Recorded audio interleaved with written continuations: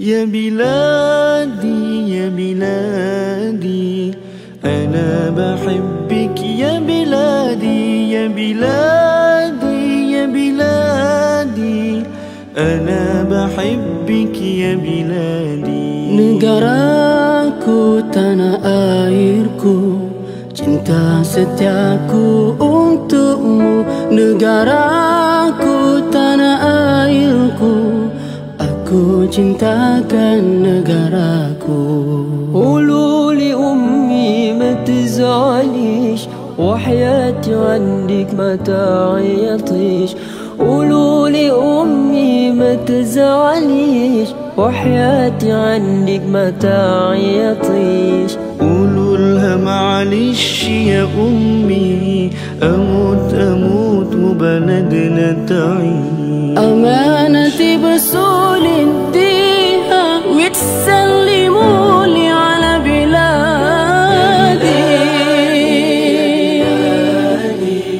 أنا بحبك يا بلادي يا بلادي يا بلادي. أنا بحبك يا بلادي. Negaraku, tanah airku, cinta setiaku untukmu. Negaraku, tanah airku, aku cintakan negaraku. Kabarkan pada ibuku, jangan menangis keranaku. Kabarkan pada ibuku, jangan menangis keranaku.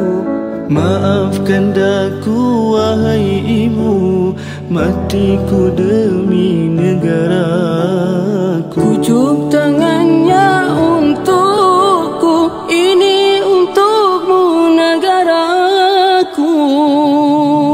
Ya biladi, ya biladi, ana bahibbik ya biladi, ya biladi, ya biladi, ana bahibbik ya biladi. Negaraku, tanah airku, cinta setiaku untukmu. Negaraku, tanah airku, Aku cintakan negaraku.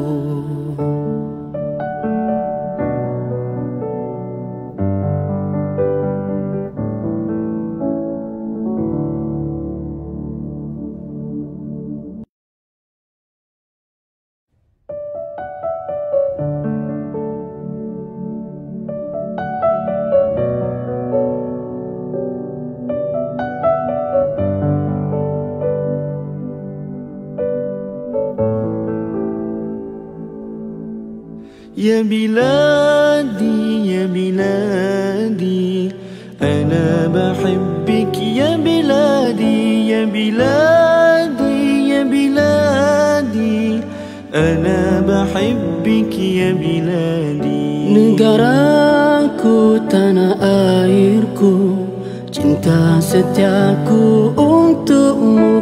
Negaraku, tanah airku, aku cintakan negaraku. قولوا لأمي ما تزعليش وحياتي عندك ما تعيطيش. قولوا لأمي ما تزعليش وحياتي عندك ما تعيطيش. قولوا لها معلش يا أمي أموت أموت وبلدنا تعيش. أمانتي برسول اديها وتسلموا لي على بلادي.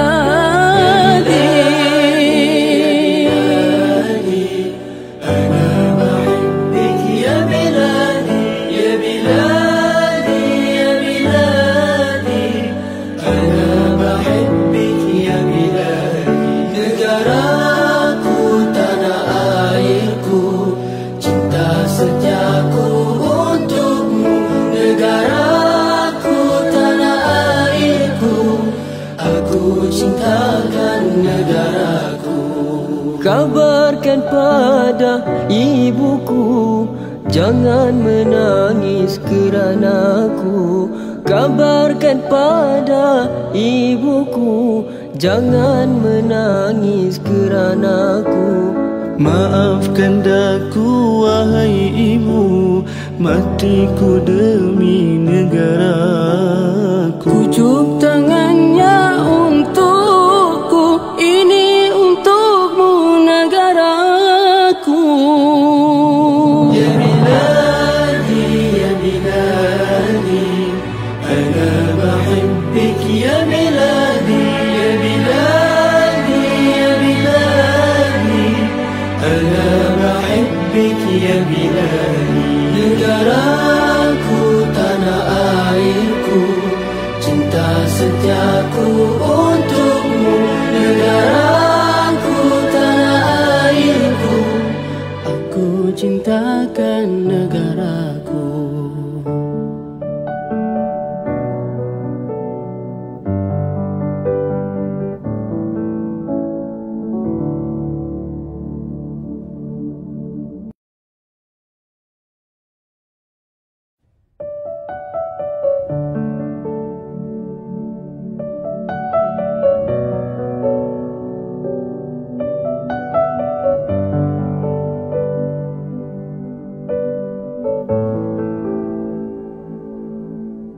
Ya biladi, ya biladi, ana bahibbik ya biladi, ya biladi, ya biladi, ana bahibbik ya biladi. Negaraku, tanah airku, cinta setiaku untukmu. Negaraku, tanah airku, aku cintakan negaraku. قولوا لأمي ما تزعليش، وحياتي عندك ما تعيطيش. قولوا لأمي ما تزعليش، وحياتي عندك ما تعيطيش. قولوا لها معلش يا أمي، أموت أموت وبلدنا تعيش. أمانتي برسول اديها وتسلموا لي على بلادي. أنا بحبك يا بلادي، يا بلادي، يا بلادي، أنا بحبك يا بلادي. Negaraku, tanah airku, cinta setiaku untukmu. Negaraku, tanah airku, aku cintakan negaraku. Kabarkan pada ibuku, jangan menangis keranaku. Kabarkan pada ibuku, jangan menangis keranaku. Maafkan daku wahai ibu, matiku demi negaraku. Pucuk tangannya untukku, ini untukmu negaraku. Ya biladi, ya biladi, ana bahibbik ya biladi, ya biladi, ya biladi, ana bahibbik ya biladi. Negaraku, tanah airku, cinta setiaku untukmu.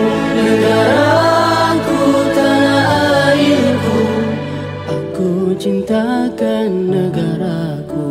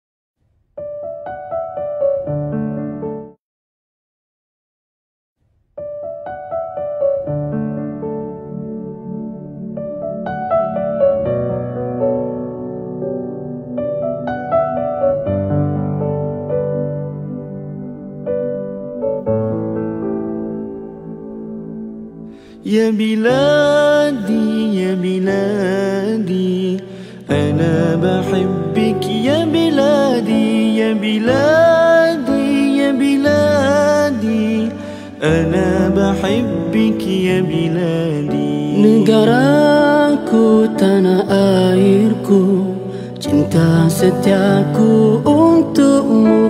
Negaraku, tanah airku, aku cintakan negaraku.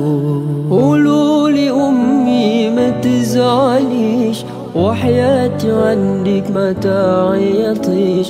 قولوا لأمي ما تزعليش وحياتي عندك ما تعيطيش. قولوا لها معلش يا أمي أموت أموت وبلدنا تعيش. أمانتي برسول اديها وتسلموا لي على بلادي.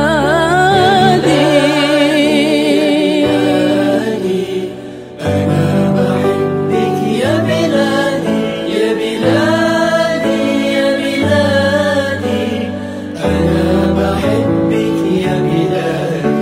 Negaraku, tanah airku, cinta setiaku untukmu. Negaraku, tanah airku, aku cintakan negaraku.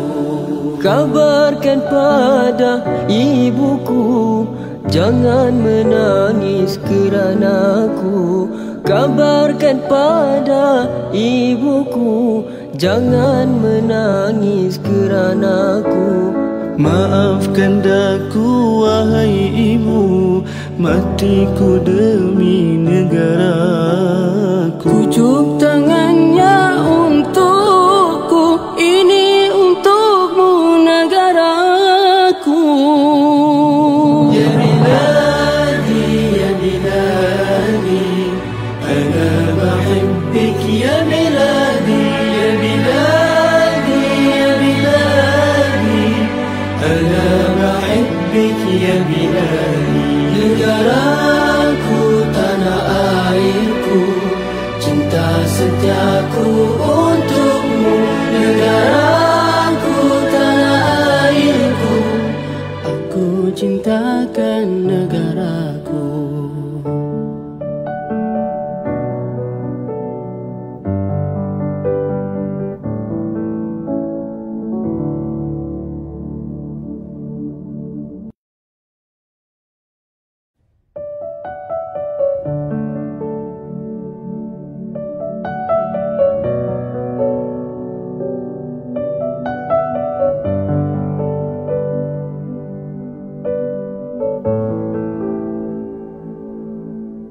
يا بلادي يا بلادي أنا بحبك يا بلادي يا بلادي يا بلادي أنا بحبك يا بلادي. Negaraku, tanah airku, cinta setiaku untukmu. Negaraku, tanah airku, aku cintakan negaraku.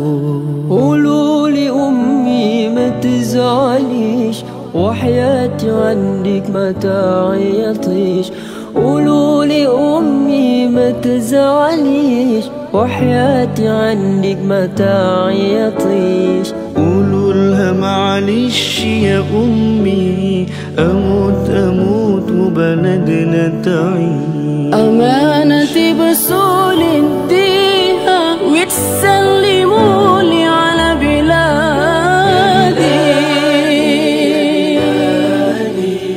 أنا بحبك يا بلادي يا بلادي يا بلادي أنا بحبك يا بلادي. Negaraku, tanah airku, cinta setiaku untukmu. Negaraku, tanah airku, aku cintakan negaraku.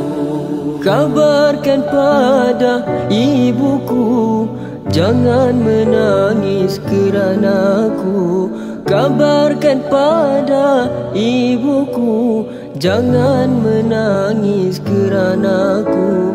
Maafkan daku wahai ibu, matiku demi negaraku. Pujuk tangannya untukku, ini untukmu negaraku. Ya biladi, ya biladi, ana bahibbik ya biladi, ya biladi, ya biladi, ana bahibbik ya biladi. Negaraku, tanah airku, cinta setiaku untukmu. Negaraku, tanah airku, Aku cintakan negaraku.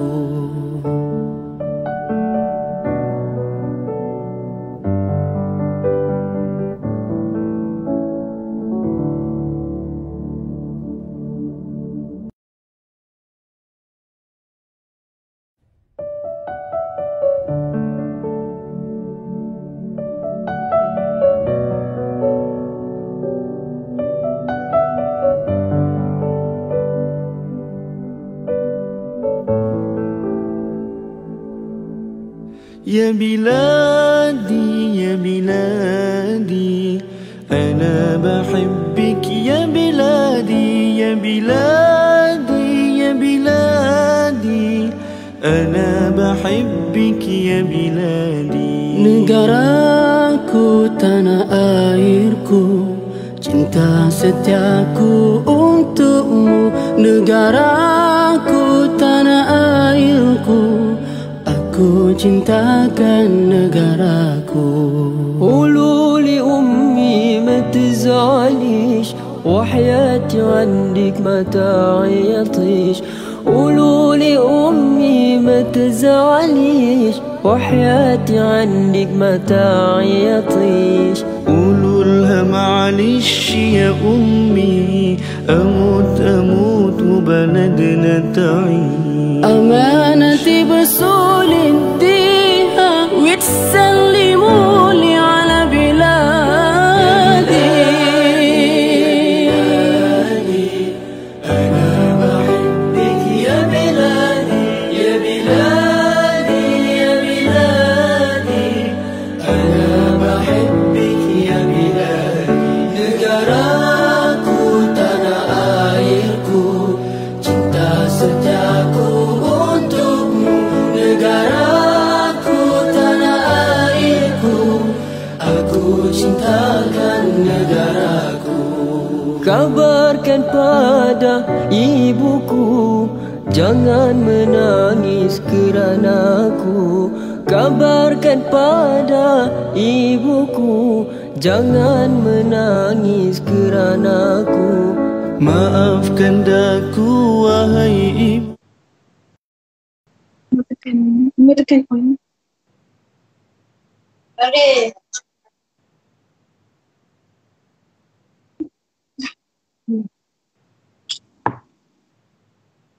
Bismillahirrahmanirrahim. Dah ke belum?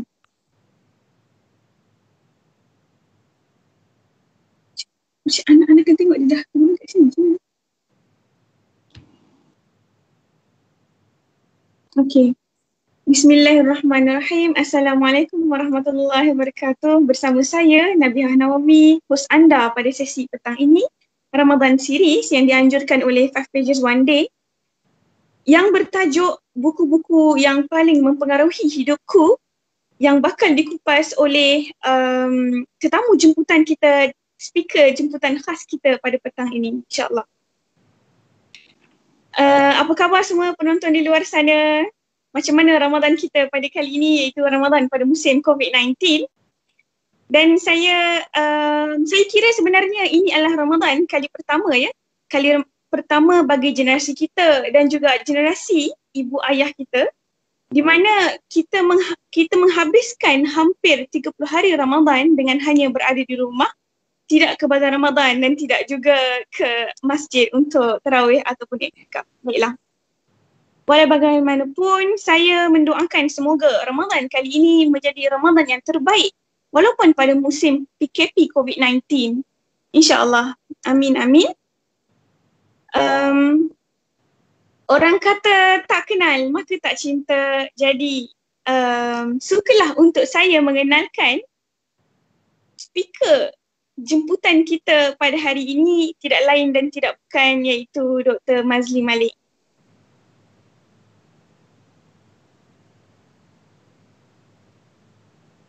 Assalamualaikum.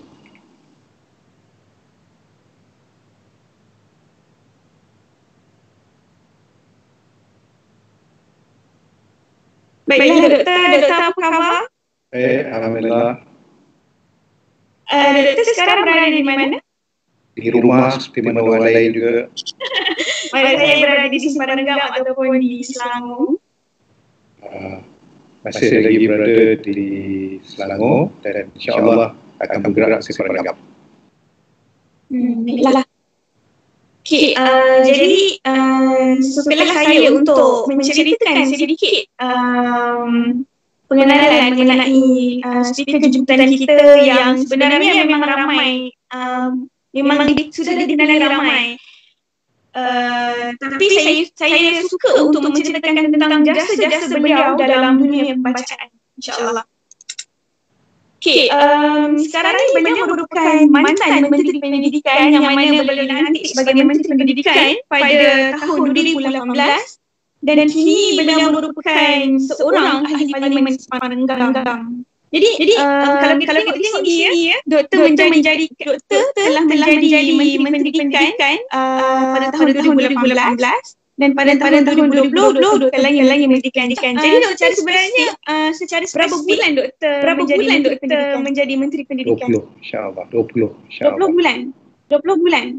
Masya Allah. Walaupun dalam bulan yang mana kira sebagai tempoh yang singkat, sebenarnya jasa sebagai Menteri Pendidikan terutama dalam arena dunia pembacaan saya tak dapat menafikan. Baiklah.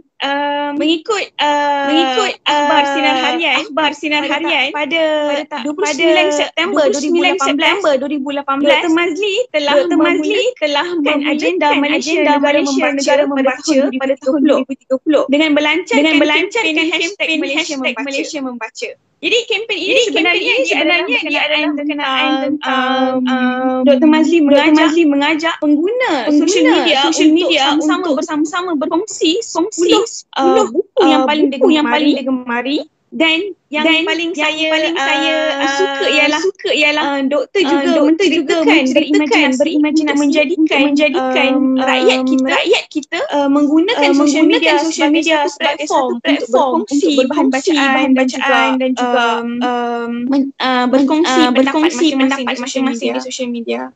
Betul Doktor? Ya.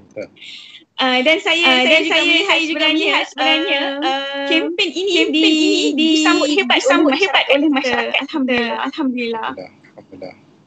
Dan juga doktor berhajat untuk memartabatkan bahasa Melayu dengan menghasilkan banyak lagi karya ilmiah yang mana bermaksud memperbanyakkan karya ilmiah ini memberikan lebih banyak bahan bacaan orang khususnya dalam bahasa kebangsaan kita insya-Allah supaya masyarakat kita dengan kearifan tempatan. Baiklah doktor.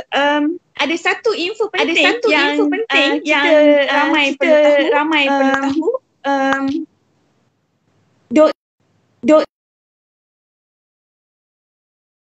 Pembaca tegar namun beliau juga merupakan seorang penulis yang berjaya menghasilkan hampir 30 buah buku. Baiklah doktor. Jadi tanpa kita membuang masa dan saya berceloteh panjang, saya ingin bertanya kepada doktor. Kalau kita tengok doktor ada berkata dalam sidang media sebelum 2018 saya ikut ya kata-kata doktor mengatakan saya ingin menyeru ibu bapa dan untuk menerapkan budaya membaca ini seperti yang saya sebutkan dalam kenyataan saya, dalam banyak kenyataan saya. Budaya membaca ini perlu bermula di rumah dan sekolah. Peruntukkanlah sedikit membeli buku yang berkualiti. Biarlah anak-anak kita membacanya dan bercakap tentang membacanya dan terlalu banyak kajian yang menyimpulkan bagaimana membaca boleh melahirkan insan yang berdaya fikirannya luar biasa. Jadi kita boleh simpulkan di sini bahawa doktor sangat bahawa salah satu cara untuk melahirkan individu yang luar biasa dan membentuk suatu bangsa yang produktif iaitu dengan membaca buku. Jadi doktor, soalan dia yang pertama ialah apakah dorongan kita boleh kata sebagai satu momen yang membuatkan doktor merasakan membaca ini suatu keperluan. Dan sejak umur berapa doktor mula menjadi seorang pembaca tegar? Baiklah, saya serahkan kepada doktor untuk bersilakan. Terima kasih. Assalamualaikum warahmatullahi wabarakatuh. Dan salam sejahtera. Terima kasih kerana mengundang saya pada program pada hari ini. Cuma tadi ada kata apa? Tadi ada kata slowkan suara masuk. Dah slowkan suara Kak Biha. Sayalah. Terima kasih Kak Biha. Kak Biha dah slowkan. Saya dah bawa turun laptop. Tadi saya ni untuk tulis soalan. Okey. Kembali kepada soalan Pertama sekali Biha kalau kita lihat dalam menjadi satu logik, satu yang rasional, satu yang diterima oleh semua, iaitu membaca merupakan jendela kepada ilmu. Membaca merupakan jabatan untuk kita menguasai ilmu dan kita berjaya. Dan membaca juga merupakan batu-bata asas untuk sesebuah masyarakat ataupun sesebuah bangsa membina tamadun. Mahu ataupun tidak mahu, jikalau seorang itu ingin berjaya, jikalau masyarakat itu ingin ke depan, jikalau bangsa itu ingin berjaya, mereka perlu membaca untuk menambahkan ilmu, membaca untuk menjadi tahu, dan juga membaca untuk mengelakkan mereka terjerumus ke lembah kejahilan. Jadi bertitik tolak daripada itu, saya pada waktu itu selaku Menteri Pelajaran melihat bahawa membaca ini merupakan asas paling penting di dalam kehidupan rakyat. Sebelum kita nak bicarakan tentang pelbagai prasarana, pelbagai wahana pendidikan yang lain, kita nak bicarakan tentang pencapaian negara di dalam penilaian tertentu, dia perlu kembali kepada basic ataupun asasnya, iaitu membaca. Jikalau kita bukan masyarakat yang membaca, adalah mustahil kita untuk menjadi sebuah bangsa yang berdaya saing, untuk menjadi sebuah nusa yang bertamadun dan juga membina kejayaan di pesada jagat. Jadi dekat sini saya lihat asas pertama ini perlu didirikan dengan kukuh, iaitu membaca. Sebab itu dilancarkan dekad membaca kebangsaan, kempen membaca, dan seperti mana yang Biha sebutkan tadi, kita juga telah membawa kertas kabinet berkaitan dengan membaca dan bagaimana telah diluluskan bukan sekadar di medan sosial media sosial seperti mana disebut oleh Biha, malah juga sepatutnya ianya berlangsung di peringkat kebangsaan, sepatutnya ianya digarapkan di dalam kehidupan, di dalam malah kalau saya masih teringat antara kertas yang diluluskan itu untuk pegawai kerajaan naik pangkat sendiri, mereka kena berkongsikan bahan bacaan mereka. Ini di antara temuduga mereka. Dan kita lihat di peringkat guru-guru, kita menggalakkan pembacaan, dan kalau boleh dia disambut oleh semua sektor. Dan begitu juga saya dalam komunikasi dengan pelbagai pihak, hari ini pun di dalam kerajaan, kementerian, malah dengan Perdana Menteri sendiri, saya telah menyatakan perlunya kita untuk menghidupkan kempen pembacaan. jikalau kita ingin menjadi sebuah negara maju, membaca merupakan asas kukuh yang kita perlu ada. Kembali kepada soalan kedua Biha, bilakah saya mula menjadi pembaca tegar? Saya membesar alhamdulillah dalam suasana saya sentiasa diperingatkan supaya membaca. Saya tinggal dengan arwah atuk dan nenek. Nenek saya seorang yang tidak boleh membaca dan menulis, dia buta huruf. Tetapi seorang yang begitu berbakat, begitu kreatif, sungguh pun demikian, setiap hari tidak ketinggalan. Beliau akan mengingatkan saya, dah baca ke belum? Walaupun beliau sendiri tak boleh membaca. Arwah atuk saya seorang yang pernah kerja dengan British dan seorang yang dia tak adalah pelajaran sangat tetapi boleh membaca menulis, sentiasa melanggan di rumah kami akhbar, berita harian dan juga yang sentiasa beliau suruh saya baca.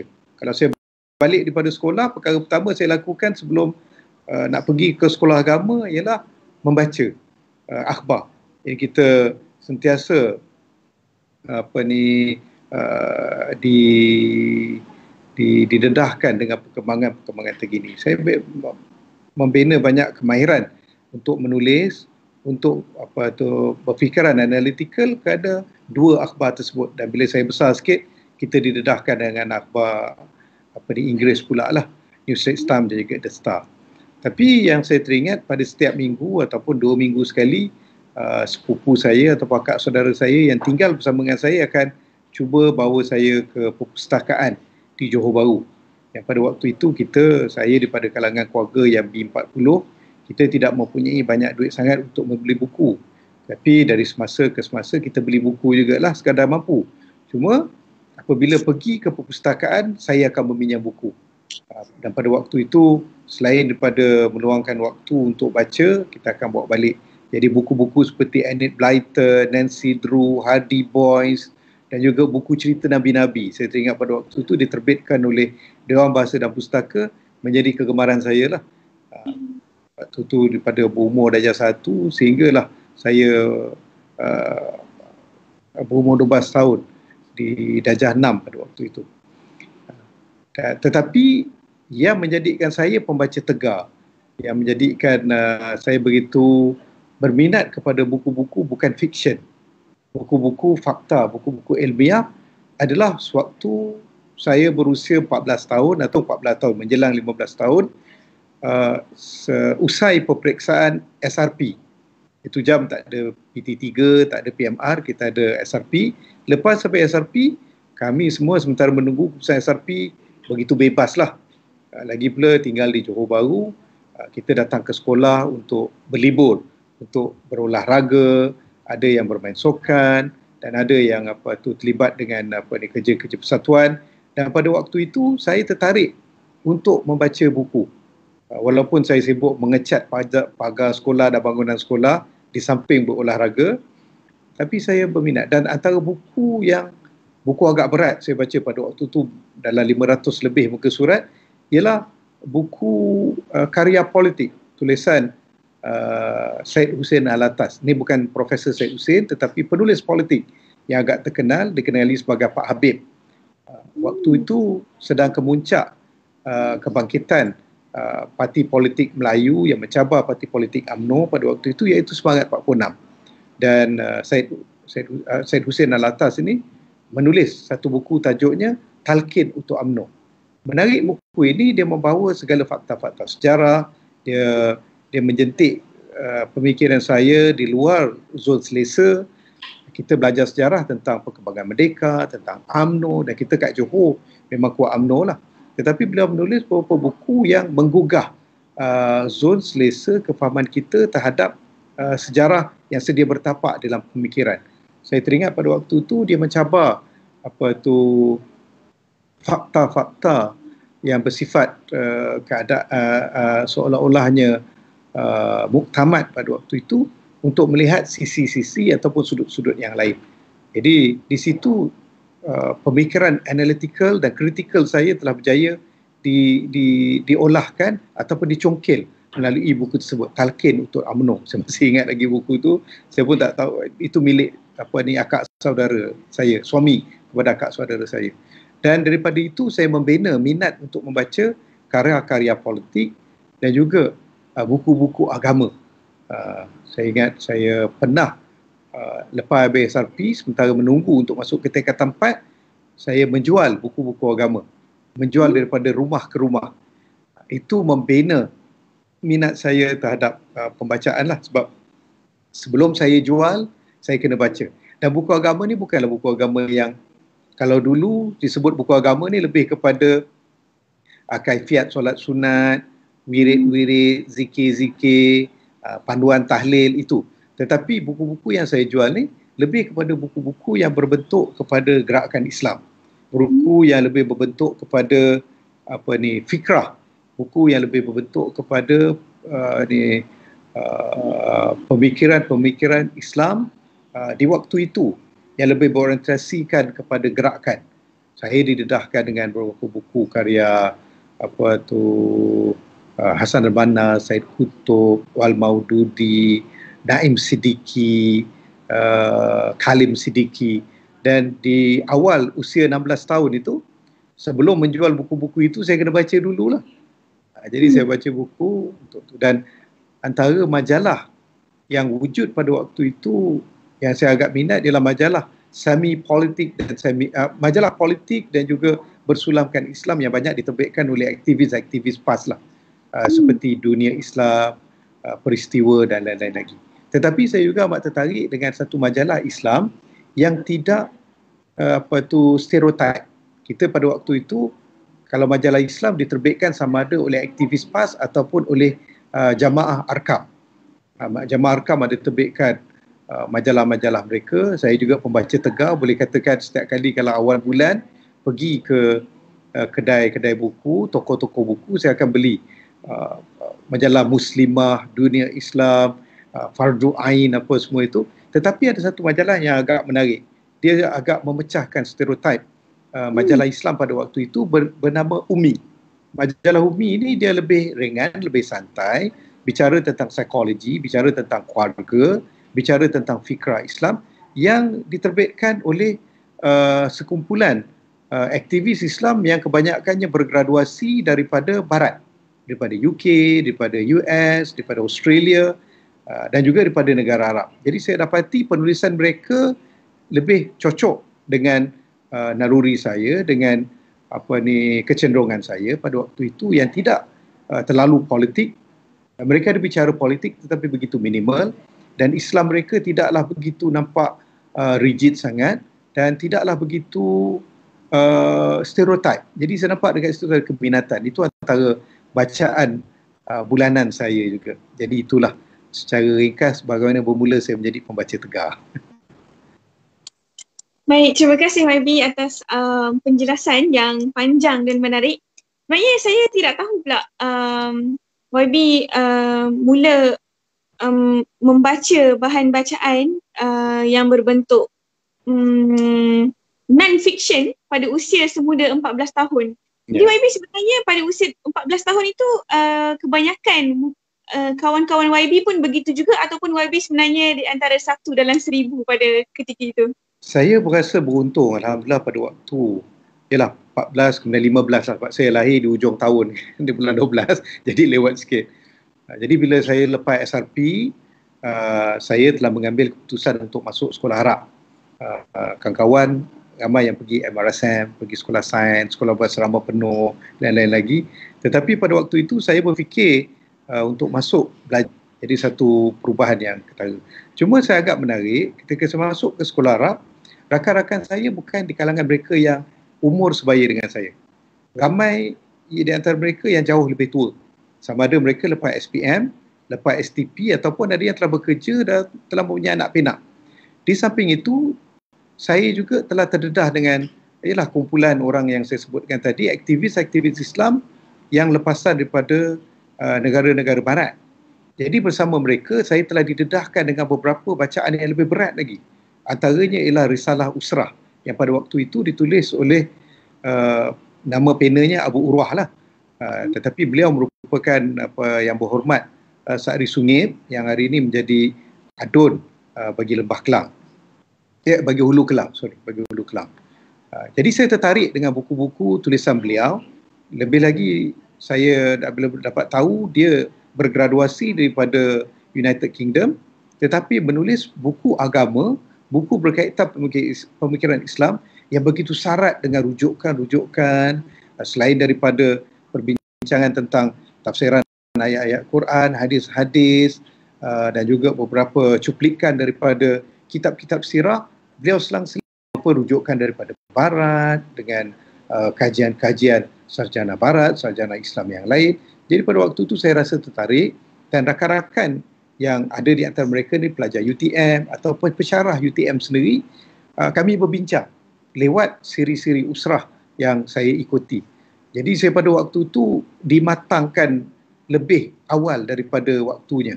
Mungkin rakan-rakan sedang sibuk dengan buku-buku untuk SPM di waktu itu, atau mungkin sibuk dengan fiction, tetapi saya telah disibukkan dengan pembacaan-pembacaan yang agak berat. Dan kemudian pada waktu usia sedemikian juga, pada usia saya 17 tahun, saya telah terdedah dengan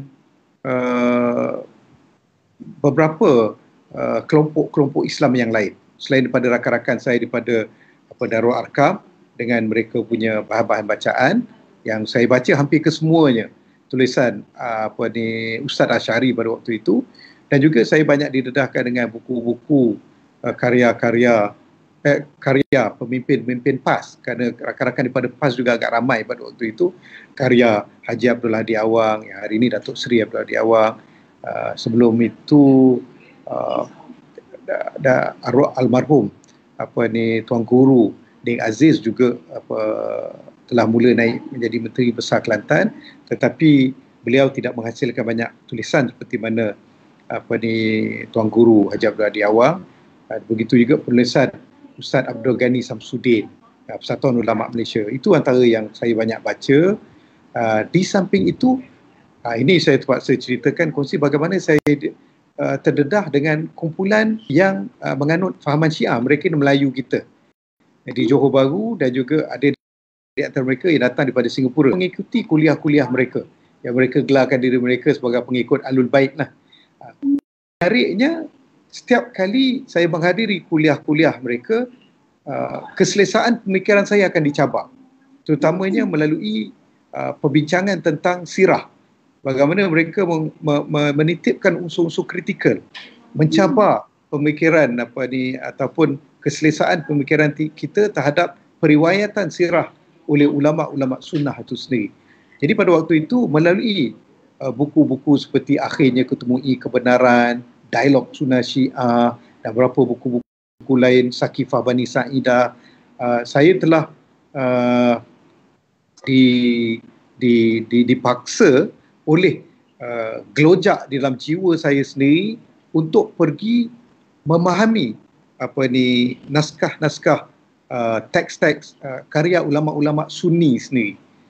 Jadi dekat situ saya teringat seawal usia saya 17, 18, saya sudah mula membaca Sahih Bukhari, Sahih Muslim, kitab Al-Bidayah wa Nihayah, Sirah Ibnu Hisham, dan lain-lain lagi.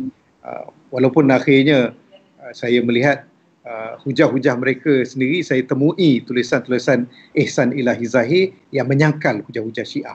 Jadi seawal umur 17-18 itu, saya memang bergelumang dengan karya-karya ilmiah yang telah membentuk semacam ketidakselesaan di dalam jiwa, dalam pemikiran saya, untuk tidak boleh bersikap cukup dengan apa yang ada dan selesa dengan apa yang diajarkan kepada kita. Jadi pada waktu itu kalau di sekolah ataupun di Mahat Johor contohnya, saya mungkin agak terkadapan sikit dengan berbanding dengan rakan-rakan lah. Ya. Doktor, terima kasih. Saya sukalah poin Doktor ada mengatakan bahawa Doktor biasa berkawan dengan kawan-kawan yang sedikit lebih tua ataupun jauh lebih tua daripada Doktor. Sebab sebenarnya kalau kita tengok kebanyakannya tokoh-tokoh ataupun pengasas sebagai contoh, pengasas Facebook, beliau juga menceritakan bahawa beliau sendiri biasa berkawan dengan kawan-kawan ataupun beliau lebih terdedah dengan golongan kawan-kawan yang jauh lebih tua daripada beliau sendiri. Dan saya melihat ini sebagai salah satu peluang peluang yang mana selalunya menjadikan seseorang itu lebih matang dari sudut fikiran dan cara beliau membuat keputusan dalam kehidupan. Baik, jadi soalan seterusnya, Doktor. Siapakah dalam bahasa Inggerisnya orang cakap, who would you consider as your top 3 writers in this world? Dia yalah, bila dah semakin berusia ni dan hidup sebagai bukuan, dia agak sukar kita nak nak katakan siapa top 3, top apa semua, sebab kita punya keminatan dan kecenderungan berbeza-beza. Contoh, saya ceritakan tadi soalan Nabihah ialah tentang bagaimana mula menjadi pembaca tegar. Tetapi kalau saya cuba sorot untuk saya pergi ke alam universiti pula, di waktu itu saya belajar di Jordan, keminatan saya dan pembacaan dah lain pula. Ataupun sewaktu saya sedang bergelumang dengan buku-buku berkaitan dengan Islam, saya juga perlu kongsikan bahawa saya juga mungkin di zaman itulah, di zaman awal hujung 80-an dan awal 90-an, waktu kemuncaknya siri-siri motivasi, siri-siri healing dan sebagainya, sehingga saya pernah menyimpan hasrat untuk menjadi seorang pakar motivasi ataupun kaunselor. Jadi pada waktu itu saya juga sibuk baca buku-buku psikologi, kaunseling dan lain-lain motivasi. Pada waktu itu contohnya, selain daripada penulis-penulis Islam yang saya baca, saya juga baca buku motivasi seperti Zig Ziglar, seperti Edward de Bono, Peter Drucker, dan juga kalau penulis Melayu ini saya amat minat seorang penulis namanya Syekh Paiman. Dia tak terkenal. Ini kalau sebut dekat generasi Nabihah pun tak terkenal. Mungkin kalau sebut generasi di zaman saya ataupun orang yang lebih tua daripada saya, mereka kenal lah Syekh Paiman ataupun Hasan Ali, Datuk Hasan Ali, yang menulis buku-buku motivasi yang kami di waktu muda begitu terkesan, dan ia membentuk jati diri dan juga bagaimana cara kita berfikir. Dan tidak dinafikan, seorang penulis yang begitu menitipkan cara pandang berbeza terhadap kehidupan ialah Ainun Abdullah. Ainun Ahmad dan juga Abdullah suaminya. Makcik Ainun lah, PTS kan, ni lebih dikenali sebagai Puan Ainun PTS. Beliau, tulisan-tulisan beliau begitu kritis dan membentuk pemikiran. Dewan Masyarakat contoh di zaman saya begitu beruntung kerana saya pembaca tegar Dewan Masyarakat yang ketua editornya ialah Tan Sri Johan Jaafar. Di waktu itu beliau, tak silap saya, beliau juga menjadi ketua editor kepada beberapa majalah yang lain dan penulis Masuk ke universiti, saya dah mula baca buku-buku bahasa Arab lah. Jadi keminatan juga dah berbeza. Bila bergraduasi daripada Jordan dan kembali menjadi pensyarah di Universiti Islam Antarabangsa, saya mula cenderung kepada isu-isu Palestin dan sebagainya. Sudah tentu saya minat kepada buku-buku Palestin. Dan kemudian saya pergi ke UK untuk sambung di dalam ijazah kedoktoran. Jadi pembacaan dah lain. Selalu saya titipkan kepada anak-anak murid dan banyak kali juga dekat ruangan live seperti ini ialah buku-buku karya Paulo Coelho. Tapi itu karya fiksyen lah. Dan begitu juga beberapa. Jadi kalau nak katakan penulis top 3 itu payah juga. Sekarang ni pun keminatan saya dah kepada bahan bacaan lain. Saya dah baca buku-buku karya Bill Bryson, buku-buku berkaitan dengan Industrial Revolution 4.0. Jadi, yalah. Dan mutakhir ini, terutama di waktu PKP, saya lebih banyak menghabiskan waktu untuk membaca karya-karya sastrawan-sastrawan negara kita. Mengulang kaji karya-karya mereka dan cuba untuk mempromosikan. Sebagai contoh? Contoh karya Hujan Pagi, karya Sungai Mengalir Lesu oleh Samad Said, Warkah Eropah, ataupun kalau karya-karya tulisan Siti Zainun, karya tulisan Shannon Ahmad, yang pelbagai itu. Dan begitu juga saya cuba promosikan buku-buku terbitan Dewan Bahasa Pustaka yang mereka terbitkan semula karya mampu milik harga RM10 setiap karya sastrawan negara yang memang tujuannya ialah untuk menyemarakkan kempen Malaysia Membaca dan Dekad Membaca Kebangsaan di samping untuk kita mengangkat kembali martabat sastrawan negara. Dan ini komitmen saya lah waktu menjadi Menteri Pendidikan dulu, kita cuba bawa sastrawan negara kita ini ke kampus-kampus untuk menjadi karyawan tamu, untuk menjadi sastrawan tamu, dan juga kita ingin promosikan semulalah karya-karya mereka. Betul. InsyaAllah. Jadi kita boleh simpulkan di sini bahawa sebenarnya setiap tema mempunyai best writer. Sebagai contoh, buku tema sejarah ada best writernya, tema politik ada best writernya dan sebagainya. Baiklah Doktor. Jadi kita masuklah kepada climax pada perbincangan kita pada hari ini, iaitu boleh YB ceritakan serba sedikit mengenai buku-buku yang telah membawa perubahan besar dalam hidup YB. Mungkin juga kita boleh sifatkan sebagai buku yang YB merasakan buku yang paling banyak mempengaruhi cara berfikir dan keputusan dalam hidup YB. Macam saya sebutkan tadi lah, tadi dah sebutkan beberapa buku yang membentukkan. Kalau di awalnya itu yang buku yang paling jadi turning pointnya Talqin untuk UMNO itu kan. Dan begitu buku-buku motivasi, buku Berani tulisan Syekh Paiman, Zig Ziglar contohnya buku tentang motivasi, See You at the Top tajuk bukunya, dan karya-karya Ainun PTS, karya-karya awal yang beliau hasilkan begitu memberikan kesan. Buku-buku Risalah Usrah tulisan Abu Urwah begitu mengesankan di dalam memberikan kesan terhadap cara saya melihat pandangan dunia di waktu muda itu. Dan begitu buku-buku lain seperti ialah buku-buku karya-karya fiqah yang merupakan saya punya bidang, dan lain lagi. Banyaklah kalau nak sebut. Dan kemudian bila saya pergi ke UK, buku seperti buku Bill Bryson, buku Paulo Coelho, buku Tariq Ali, buku fiksyen inilah yang memberikan kesan, di samping karya-karya non-fiction yang berkaitan dengan bidang saya sendiri, karya Skinner, yang berkaitan dengan behaviorism, karya yang berkaitan dengan moral, Alistair McDare, Homi Bhabha dan lain-lain lagi. Banyaklah nak sebut. tak tersebut.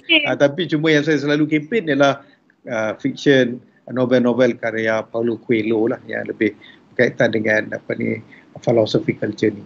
Kalau buku-buku karya falsafah pula, lagi banyak lagi lah nak sebutkan.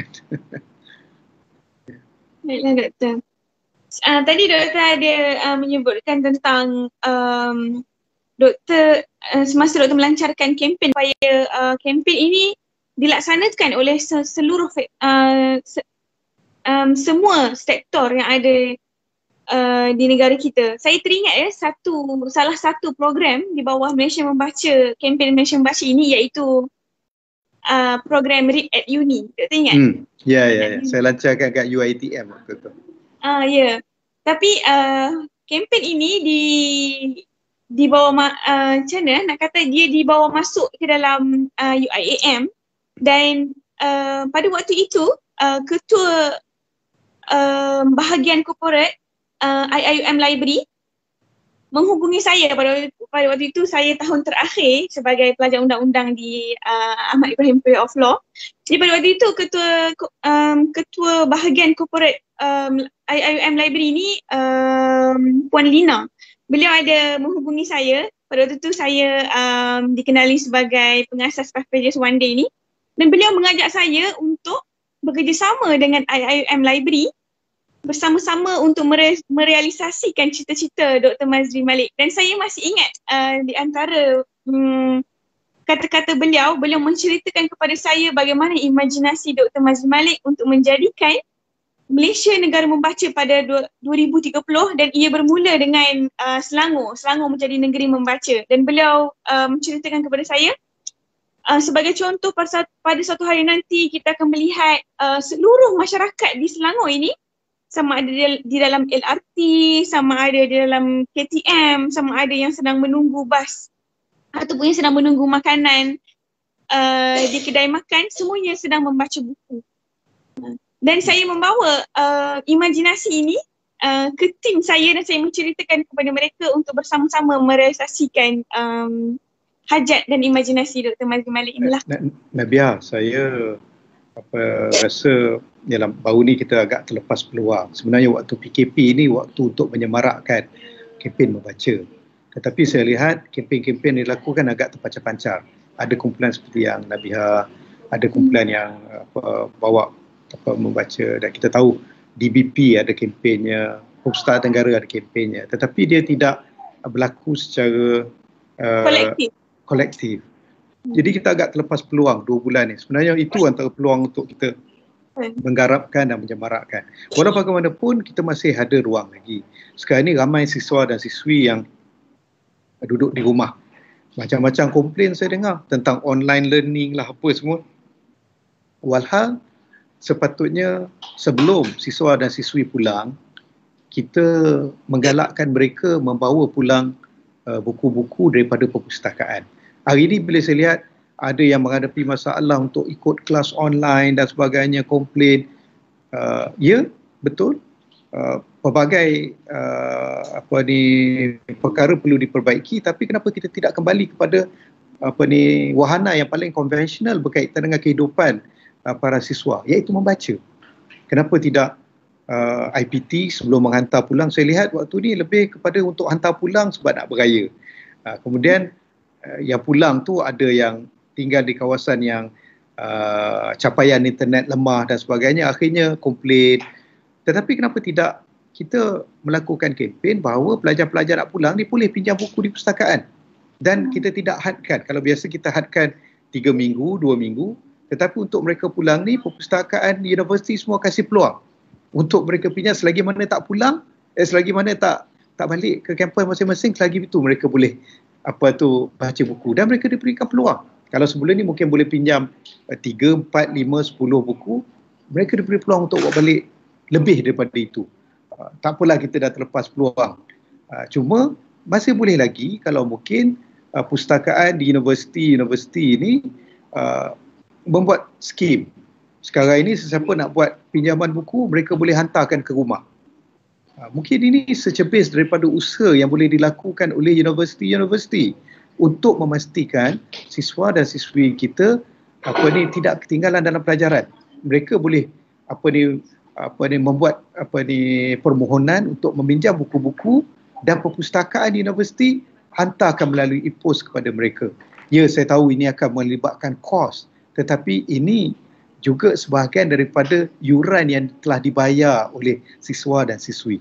Jadi kalau boleh, saya tak tahulah, setakat ni saya tak jumpa lagi siswa-siswi yang di rumah itu membuat tuntutan seumpama ini. Ramai yang komplain aja tentang online learning dan sebagainya. Tetapi kenapa mereka tidak pergi kepada asas yang paling utama kepada pelajar, iaitu membaca?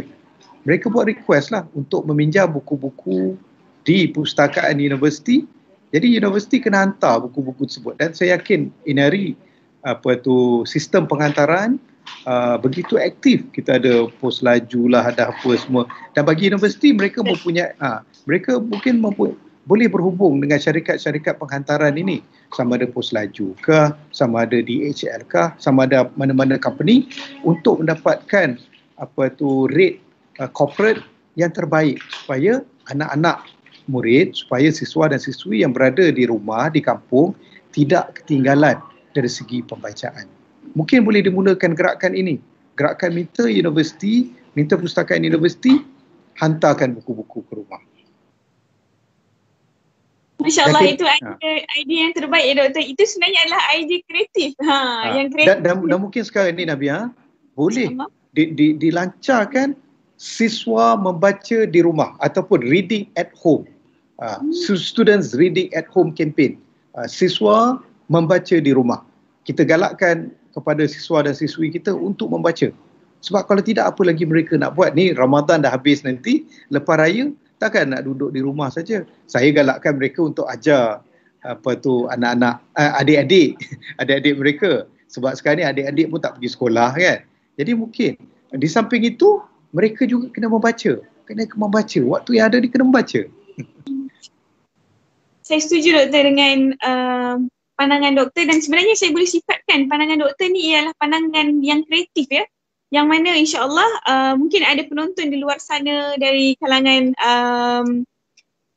kepimpinan di universiti boleh mengutarakan pandangan Dr. Mazli, dan insya-Allah kami FFJ One Day bekerjasama dengan IOM Library secara rasmi, insya-Allah kami juga boleh memberi pandangan. Bukan one day. Saya ingat selepas habis kita punya live ini, pelajar-pelajar kena terus menghubungi unit corporate di perpustakaan universiti masing-masing. Terutamanya mereka yang belajar di universiti swasta. Sebab mereka bayar yuran yang lebih. Jadi setiap yuran itu mempunyai nilainya.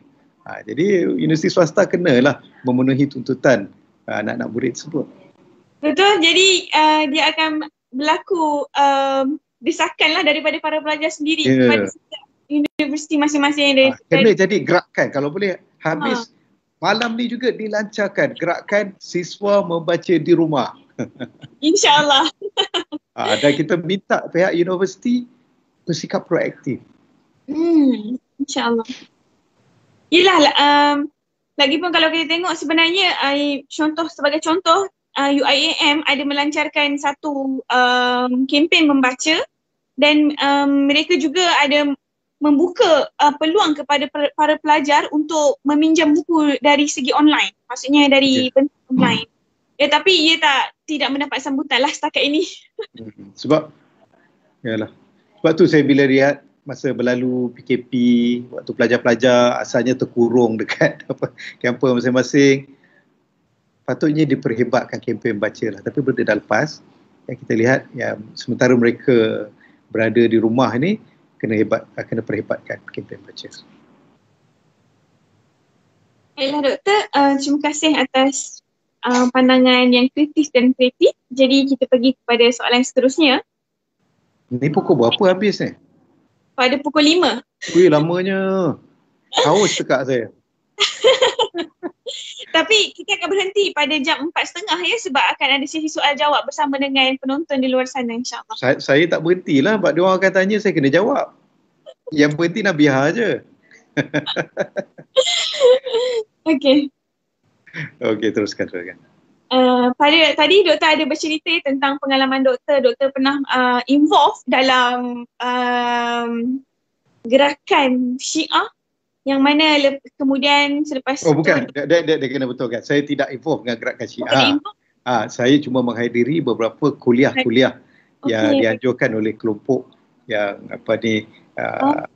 cenderung kepada fahaman Syiah. Jadi melalui kuliah-kuliah mereka, melalui perbincangan itu yang saya bersikap kritis, mencari sumber-sumber untuk mencabar hujah-hujah mereka. Baiklah, terima kasih atas pembetulan. Doktor,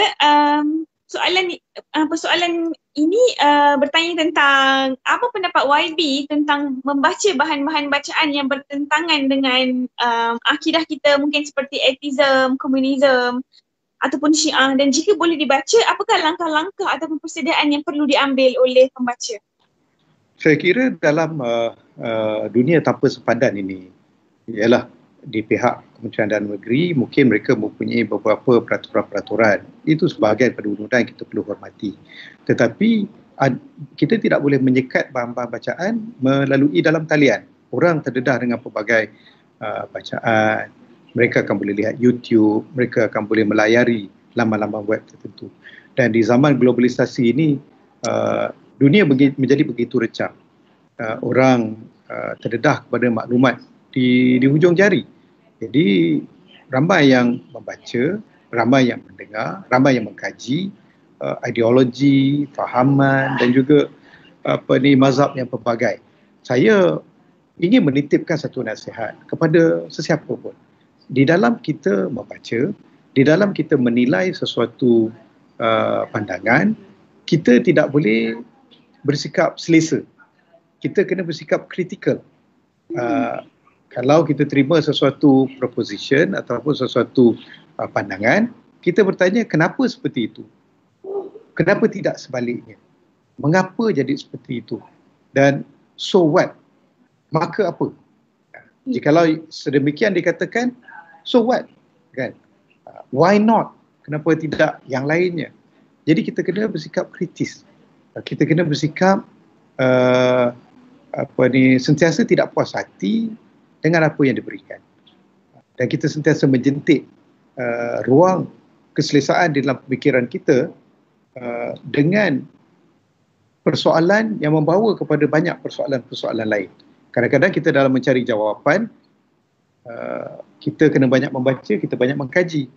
Cuma persoalannya adalah adakah kita puas hati dengan jawapan yang diterima, ataupun jawapan itu akan membawa kepada persoalan-persoalan yang berangkai. Baiklah.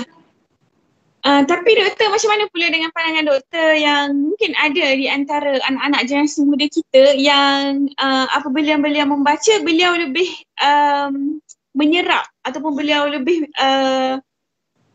menyerap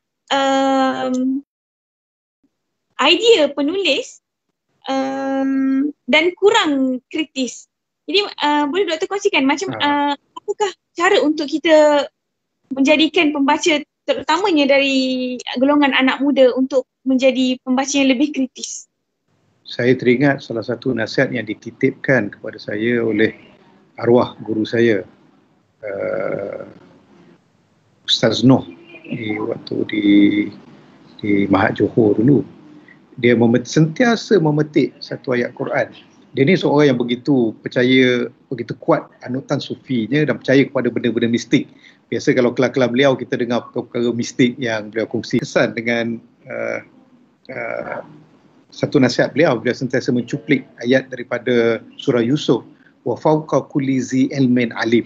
Dan di atas seseorang yang mengetahui itu ada orang yang lebih mengetahui. Jadi kalau kita mempunyai sikap seperti itu, kita akan cuba untuk mengkaji, dan yang lebih penting kita kena ada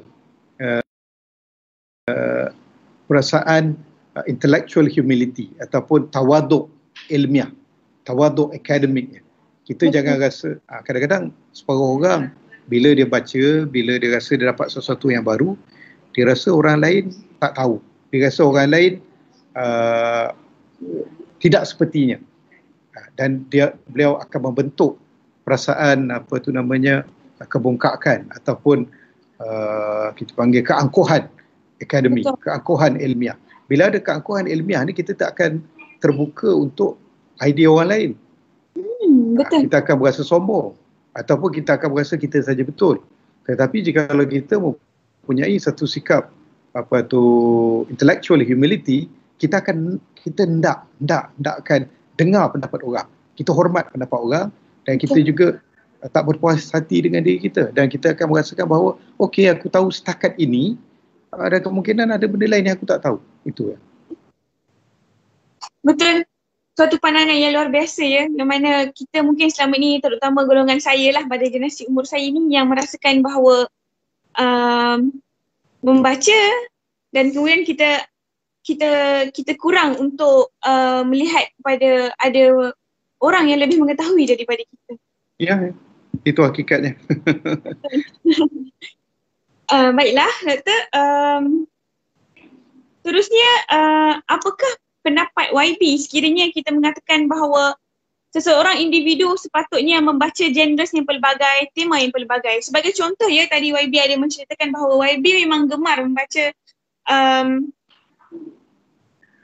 buku ataupun genre yang berbentuk non-fiction sejak daripada YB berumur 14 tahun. Jadi apa pendapat YB sekiranya kita mengatakan bahawa kita perlu mempelbagaikan genres ataupun tema buku kita? Sebagai contoh, mungkin ada ramai di kalangan anak generasi muda kita pada hari ini yang lebih gemar membaca novel ataupun komik ataupun buku-buku fiction lah.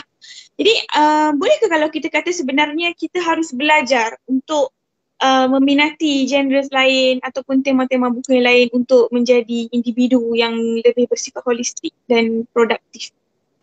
Dia bergantung kepada individu sendirilah. Kalau untuk orang yang baru ingin membina minat membaca ataupun tak minat membaca, dia kena cari baca apa yang dia minat. Apa yang selari dengan kecenderungan dia. Dia minat sukan, dia baca sukan lah. Dia minat tentang filem, dia baca tentang filem. Dia minat fiction, dia baca fiction. Tetapi jika seorang itu telah menjadi seorang pembaca, menjadi bukuan, kan. Dia tidak boleh berpuas hati dengan satu genre sajalah. Betul. Dia kena pergi kepada genre-genre lain. Tapi jangan sampai dalam usaha dia untuk membina keminatan terhadap genre yang baru, akhirnya dia menjadi jemu ataupun putus asa. Dia yang paling penting dalam membaca ni kita kena happy. Kita kena gembira. Kita tak boleh baca tu dalam keadaan stres ataupun berada dalam melampau-lampau. Nanti Nabi pun tak kasi kita buat benda yang melampau-lampau, kan. Ekstrim. Ekstrim.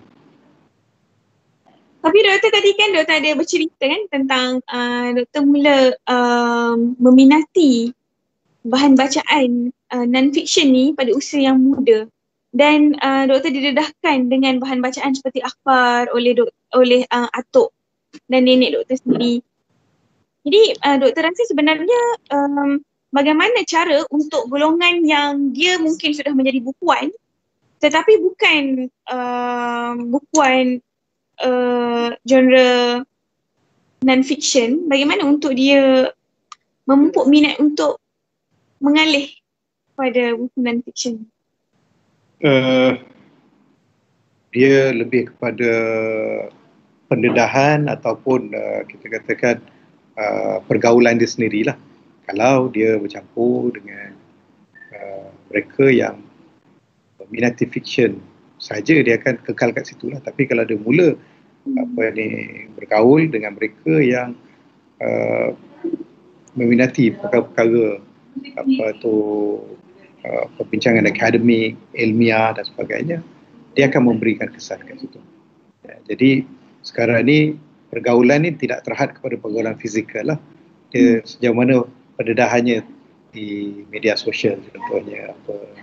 Jadi kalau dia pergi kepada perbincangan dengan orang yang atau kelompok yang membicarakan perkara-perkara yang berat, jadi mereka boleh keluar daripada zon selesa ni.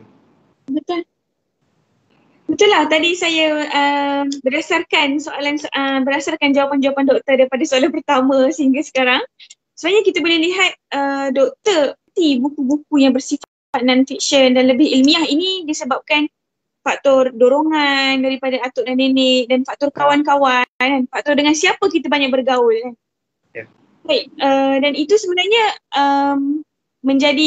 patut menjadi satu tip lah kepada kita pada hari ini. Kalau kita belum cuba untuk membaca buku non-fiction, kita perlu mencari orang-orang ataupun golongan yang mereka berbincang ataupun perbualan mereka tentang buku-buku non-fiction, insyaAllah. Baiklah doktor, ini kita kira sebagai soalan terakhir pada sesi sembang bersama Dr. Mazli ini. Sebelum kita masuk ke sesi Q&A, baiklah, statistik terbaru melalui NOP World Culture Score Index menunjukkan bahawa India merupakan negara yang paling banyak menghabiskan masa dengan membaca, iaitu melebihi 10 jam seminggu. India? Diikuti dengan Thailand dan China. Ini tahun berapa? Tahun bila? Pada tahun 2018. Oh, okey. Sebelum kita lancarkan dekat membaca kita lah. Ya. Mungkin lepas kita dah lancarkan Malaysia membaca, Malaysia dah naik lah. Mungkin. Diikuti dengan Thailand dan China yang rata-ratanya membaca selama 8 hingga 9 jam seminggu. Realiti yang agak menyedihkan ialah bangsa kita dan rakyat Malaysia kita tidak termasuk dalam senarai NOP World Culture Score Index, atau lebih tepatnya budaya membaca di Malaysia tidak melebihi 3 jam seminggu. Jadi pada pendapat doktor lah kan, individu dalam masyarakat kita seharusnya membaca berapa buah buku dalam setahun? Dan mengapa masalah ini berlaku dalam masyarakat kita? Dia untuk menjadi reading nation yang setara dengan negara-negara maju, kita kena baca dalam setahun 40 hingga 50 buah buku. Ya. Saya rasa itu statistik tu 2018 kan, sebelum kita lancarkan Malaysia membaca. Ya. Saya yakin kalau sekarang ini dibuat statistik dan kajian yang baru, mungkin Malaysia akan lebih baiklah kedudukannya. InsyaAllah. Jikalau kempen Malaysia membaca itu diteruskan lagi, saya yakin di masa-masa hadapan tak mustahil Malaysia akan mencapai seperti mana negara-negara maju, iaitu membaca 40 hingga 50 buah buku dalam setahun. Dan doktor, soalan tadi ada juga saya bertanya tentang, doktor rasa mengapa kita berada di tangga yang tercorot dalam, sebab kita tidak memberikan tumpuan ataupun tidak memberikan usaha yang bersepadu dan holistik di dalam menggalakkan rakyat kita membaca. Sebab itu seawal 2018 lagi lepas yang pertama yang saya lakukan, kerana kita tahu bahawa masyarakat kita mempunyai potensi untuk maju, kita mempunyai potensi untuk berdaya saing, dan ini telah terbukti ramai rakyat kita yang berjaya di luar, sama ada di negara-negara maju ataupun negara-negara membangun ataupun hatta di negara dunia ketiga. Kita dapati ramai rakyat Malaysia yang begitu ke depan dan menjadi di antara golongan yang dihormati. Dan begitu juga rakyat Malaysia secara amnya. Cuma perlu diberikan usaha yang serius. Sebab tu dalam membaca ni, selagi saya hidup, selagi bernyawa, saya akan cuba mendedikasikan diri saya untuk menggalakkan rakyat Malaysia untuk membaca. Bermula dengan keluarga saya sendirilah. Terima kasih doktor atas perkongsian dan idea-idea yang bernas, yang mana mungkin kita tidak dapat idea-idea ni daripada orang lain, insyaAllah. Jadi kita tengok kepada soalan-soalan daripada penonton yang berada di luar sana. Jadi doktor, kita boleh teruskan dengan sesi soal jawab? Ya, silakan. Okey, soalan ini daripada Encik Afdalur Rahman, Cik Ani. Soalan beliau ialah, memandangkan Dr. Mazli pernah bermula dengan buku-buku gerakan Islam dan terlibat juga dengan siasah, apa cadangan-cadangan buku yang terbaik untuk memecahkan stereotip cara fikir siasah bagi gerakan Islam, bagi gerakan Islam untuk mengelakkan apa yang berlaku di Mesir ketika mana Hizbul Adalah IM naik dan akhirnya tak bertahan lama serta dikudeta. Saya petik juga Anies Mata, iaitu Presiden Gelora sekarang, yang pernah menyebut gerakan Islam tidak ada kompas atau rujukan bila masuk ke fasa berkerajaan. Buku-buku gerakan Islam pun banyak berlegar di sekitar individu Muslim, keluarga Muslim, masyarakat Muslim saja. Jadi jemput YB untuk menjawab soalan ini. Okay, bila kita pergi kepada dunia politik ini sepak terajangnya agak berbeza dengan apa yang dipupuk di dalam budaya gerakan Islam. Jadi pada saya, ialah gerakan Islam perlu terus untuk menjadi sebuah gerakan untuk memberikan kesedaran, gerakan ilmuwan, gerakan budaya, gerakan pemugaran moral di kalangan masyarakat. Tetapi apabila masuk ke dunia politik, ia satu dunia yang berbeza. Dia mempunyai budaya yang berbeza, mempunyai mereka punya rule of game yang agak berbeza, dan moral kompas mereka agak berbeza. Jadi kalau untuk saya sendirilah, pandangan peribadi saya lah, kalau mana gerakan Islam yang menitik beratkan tentang dakwah dan sebagainya, mereka perlu mengikuti perkembangan semasa lah. Perkembangan semasa yang mempunyai mereka punya trend globalnya yang agak berbeza, yang mempunyai cabaran yang agak berbeza. Tetapi kalau untuk politik itu, pada pandangan saya lah, elok hanya individu yang daripada gerakan Islam yang terlibat, dan bukannya gerakan Islam secara keseluruhannya. Kerana takut dia akan mencemarkan beberapa konsep-konsep ataupun agama Islam itu sendiri. Sebab apabila masuk dalam politik, akan ada kecenderungan untuk menghalalkan ataupun menjustifikasikan apa sahaja yang dilakukan di atas nama ideologi, di atas nama agama dan lain-lain lagi. Mana boleh bagi gerakan Islam yang memperjuangkan moral Islam yang tinggi dan sebagainya, tidak menjadi sebahagian daripada kerancuan di dalam kemelut politik itu sendiri. Takut nanti disalahgunakan beberapa image Islam itu sendiri.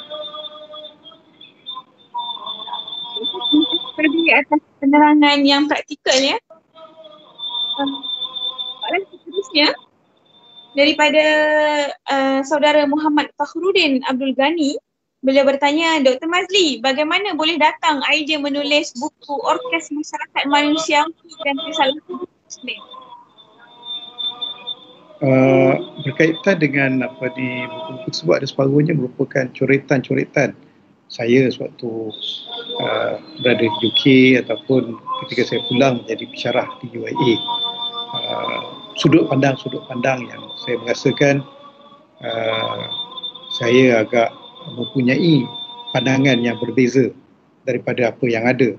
Saya mempunyai sudut kritis, saya mempunyai dimensi untuk menilai ataupun untuk merongkaikan apa yang mungkin dianggap keselesaan ataupun dianggap sebagai satu yang muktamad bagi masyarakat. Maka timbullah pemuda Muslim ataupun Orkes Masyarakat Manusiawi itu.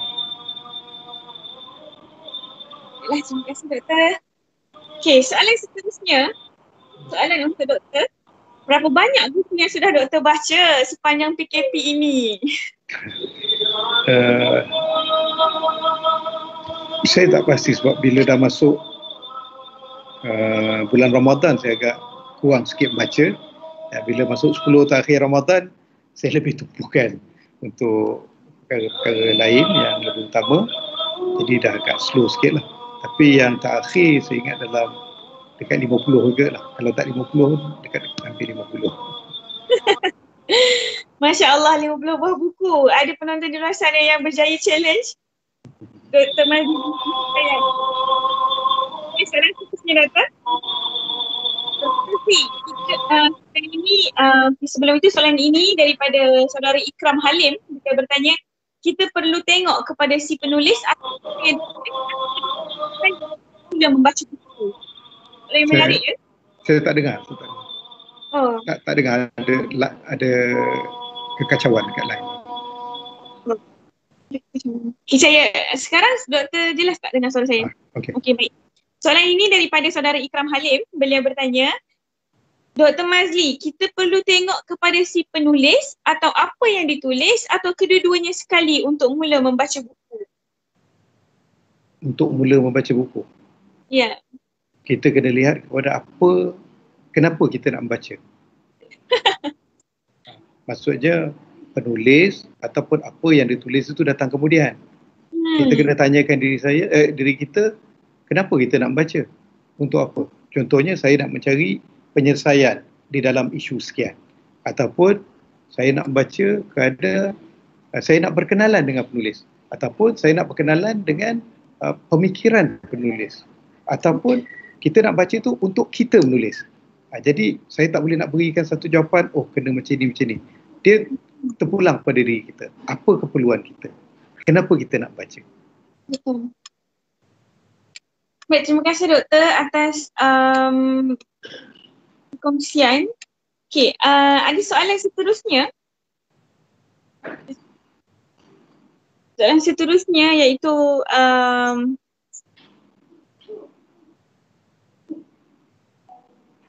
jika Doktor kembali ke usia muda, apakah buku yang Doktor rasa sepatutnya menjadi buku yang terawal yang mesti dibaca? Ni payah. Usia muda di waktu bila? Adakah di waktu sekarang atau di zaman saya dulu? Kerana zaman saya teknologinya agak berbeza dengan sekarang, isu-isu semasanya berbeza dengan apa yang berlaku sekarang, dan tuntutan zaman dan tuntutan kehidupan tidak sama dengan apa yang berlaku pada hari ini. Jadi sukar juga saya nak jawab soalan yang nampak macam mudah tetapi pada saya memerlukan kepada perinciannya. Jadi mungkin kita boleh kecilkan skop ini ya kepada sekiranya Doktor sekiranya untuk generasi pada hari ini, doktor merasakan apakah buku yang must read, kita boleh katakan sebagai must read, yang mesti dibaca oleh golongan generasi muda kita, terutamanya golongan para pelajar universiti dan yang baru bergraduasi daripada universiti? Soalan yang menarik juga tu.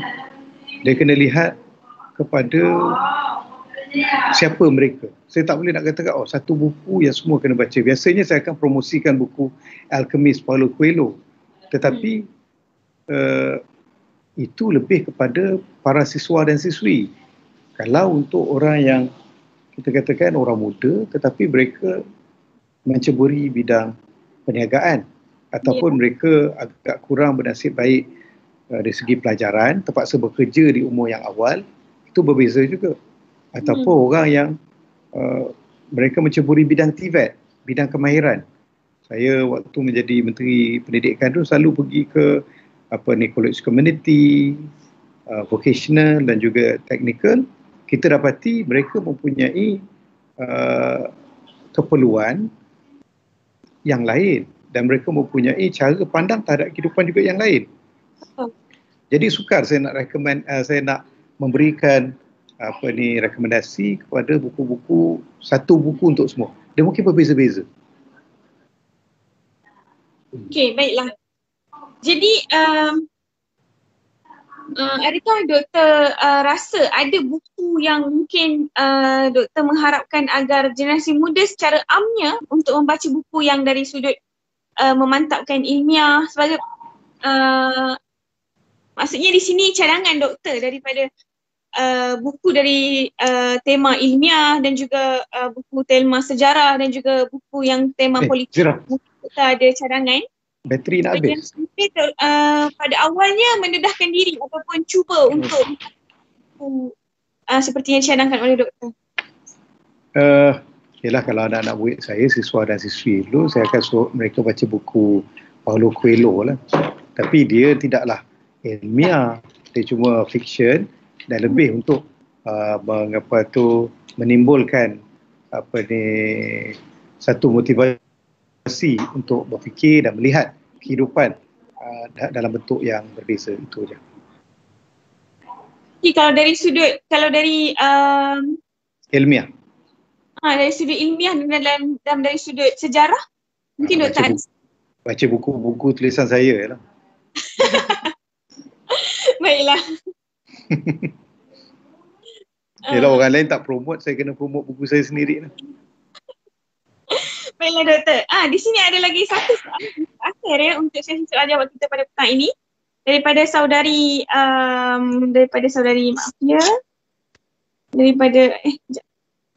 saudari Izni Hanafi, Nur Izni Hanafi. Beliau bertanya, bagaimana cara untuk membaca dengan berkesan? Adakah perlu kita highlight poin-poin penting atau catat dalam buku nota dan lain-lain? Ia bergantung kepada individu itu sendiri. Ada orang dia suka catat, ada orang dia suka conteng di buku, ada orang dia suka letak. Saya sendiri mempunyai tabiat yang itulah, kalau ada poin-poin penting saya suka dengan tanda kad. Kadang-kadang kita catatkan, kadang-kadang kita conteng di buku itu untuk peringatan kita. Dan kadang-kadang kalau dulu waktu saya suka menulis, biasanya saya akan cuba untuk mencuplik beberapa idea-idea yang menarik daripada buku yang saya baca ke dalam tulisan-tulisan saya. Tapi dia terserah kepada individu. Ada sebuah individu yang mempunyai kecenderungan untuk membuat rekod apa yang dia baca dan sebagainya. Okey, baiklah doktor. Jadi kita mempunyai 15 minit terakhir. Jadi kita dah tamat dah soalan, ataupun sekiranya ada lagi soalan mungkin kita boleh tengok, tapi sekarang nampaknya belum ada soalan daripada penonton. Baiklah, jadi kita memberi peluang kepada doktor untuk membuat kesimpulan bagi sesi kita pada hari ini, dan mungkin doktor boleh selit juga nasihat ataupun kita boleh kata sebagai pesanan kepada masyarakat kita, masyarakat Malaysia yang menyentuh sebuah buku pun pada musim PKP ini. Okey, baiklah. Serah kepada doktor. Saya menggalakkan kepada semua untuk membaca dan membina minat membaca. Bermula dengan membaca bahan-bahan yang kita minat, kecenderungan kita. Kalau tak mana pun, yalah ada orang tanya, dia kata, macam mana kalau dia baca komik? Tak apalah, bacalah. Tapi yang penting kita nak timbulkan minat membaca. Dan mula dengan buku-buku yang agak santai, dan mula sebelum membaca ialah timbulkan di dalam jiwa kita persoalan yang kita ingin cari jawapannya. Maka cari jawapan dengan membaca. Kalau kita tak baca, tak ada orang lain yang rugi kecuali diri kita sendiri. Tetapi kalau kita baca, yang akan untung seluruh masyarakat dan negara kita. Jadi saya menyeru kepada siswa dan siswi yang berada di rumah waktu ini, nak menyambut Hari Raya. Ni menyambut Hari Raya, kita tumpulah untuk menyambut Hari Raya, untuk tambahkan ibadat di hari-hari takhir Ramadan. Tetapi lepas Raya nanti, kita mula untuk memugarkan semangat membaca, membina satu gaya hidup baru di dalam kehidupan kita sepanjang PKP ini, iaitu menjadi seorang bukuan. Dan jikalau tidak ada, kita cuba beli dalam talian ataupun pinjam daripada rakan-rakan yang ada. Dan seperti mana yang saya sebutkan tadi, saya galakkanlah kalau siswa dan siswi seusai program live kita ini terus melancarkan gerakan siswa membaca di rumah, dan cuba menghubungi pihak berwajib di universiti masing-masing, kutub kanah ataupun pustakaan di universiti masing-masing untuk membenarkan meminjam buku dan mereka menghantarkan buku ke rumah. Ya. Baik. Terima kasih doktor atas kesimpulan yang ringkas tetapi padu ya. Doktor, ada satu soalan terakhir dan saya rasa ini adalah doktor soalan kegemaran bagi doktor insyaAllah. Yeah. Jadi soalan ini daripada saudari Mariam Badri. Beliau bertanya, jika saya baru bermula ingin membaca buku tulisan YB doktor, buku mana satukah yang YB doktor ingin cadangkan? Okey. Dia siapa tu? Dia siswi lah. Siswi. Mungkin boleh mulakan dengan itulah, apa, Risalah Pemuda Muslim. Dan kemudian dia boleh pergi kepada Pemburu Kesepian di Bumi Jodi, dan selanjutnya kepada Orkes. Baik. Terima kasih doktor, dan saya juga mencadangkan kepada para penonton untuk membaca buku-buku Dr. Mazli Malik dan kemudian menulis review dan tag hashtag 5 Pages One Day Challenge dan juga Malaysia Membaca insyaAllah. Terima kasih. Baiklah, itu sahaja soalan yang kita ada pada hari ini dan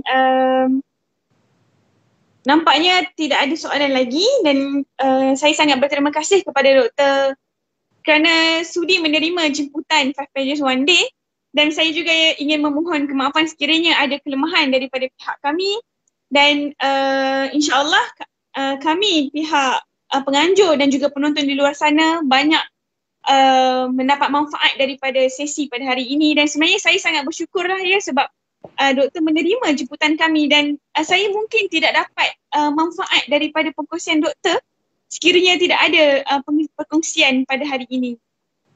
Semoga Allah membalas jasa semua. Saya nak minta tolong boleh Nabiah?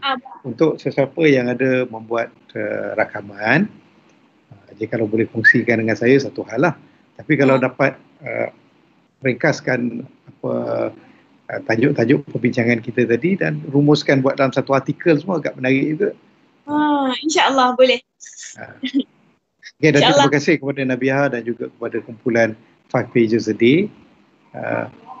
Semoga kita dapat bertemu lagi dan perkongsian ini dapat memberikan manfaat kepada semua. InsyaAllah. Terima kasih doktor atas saranan. InsyaAllah saya akan sampaikan kepada tim saya dan mereka juga menonton pada sesi ini pada petang ini. InsyaAllah tanpa kita membuang masa, saya juga ingin bagi satu lagi peluang terakhir pada doktor. Mungkin doktor ada satu kata-kata ataupun tagline terakhir untuk dikongsikan dengan penonton pada petang ini. Membaca sebelum terlambat. Masya Allah, luar biasa. Membaca sebelum terlambat. Okey, baiklah. Terima kasih kepada semua penonton di luar sana yang meluangkan masa untuk menonton sesi terakhir Ramadan Series oleh 5 Pages One Day, dan terima kasih sekali lagi kepada doktor kerana sudi menerima jemputan kami. Itu sajalah untuk sesi pada petang ini. Kita boleh tutup majlis kita dengan tasbih kafarah dan surah wal asr.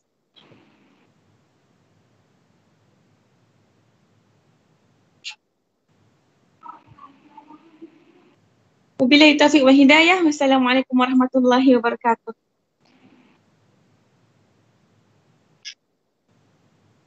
Boleh tutup.